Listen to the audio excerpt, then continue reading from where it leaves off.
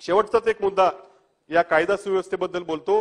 ह्या वाळू धोरण अध्यक्ष महोदय या शासनाने आणलं, आम्ही स्वागत केलं की चांगलं धोरण आहे की वाळू तस्कर होणार नाहीत, कायदा सुव्यवस्था राखेल।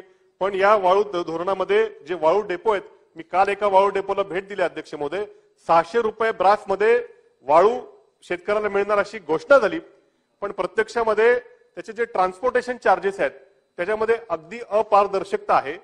जिल्हाधिकाऱ्यांच्या कमिटीने ट्रान्सपोर्टेशनचे रेट ठरवायचे, ते नगर जिल्ह्याचे रेट काहीतरी 60 रुपये 70 रुपये पर्यंत प्रति किलोमीटर रेट ठरले, पण प्रत्यक्षामध्ये वाहतूकदार 300 रुपये प्रति किलोमीटरनी त्या ठिकाणी रेट घेतात।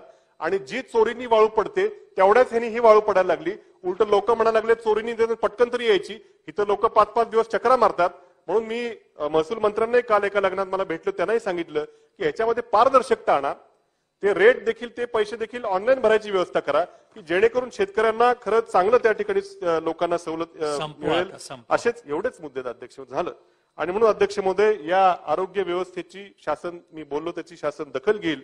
या पोलीस प्रशासन देखील शेतकऱ्यांकडे देखील बघण्याचा त्या ठिकाणी दृष्टिकोन चांगला ठेवावा, याच बाबींची या प्रस्तावाच्या निमित्तानं अध्यक्ष महोदय मागणी करतो। आणि आपण मला बोलण्याची संधी दिली त्याबद्दल आपलं देखील मनापासून आभार व्यक्त करतो।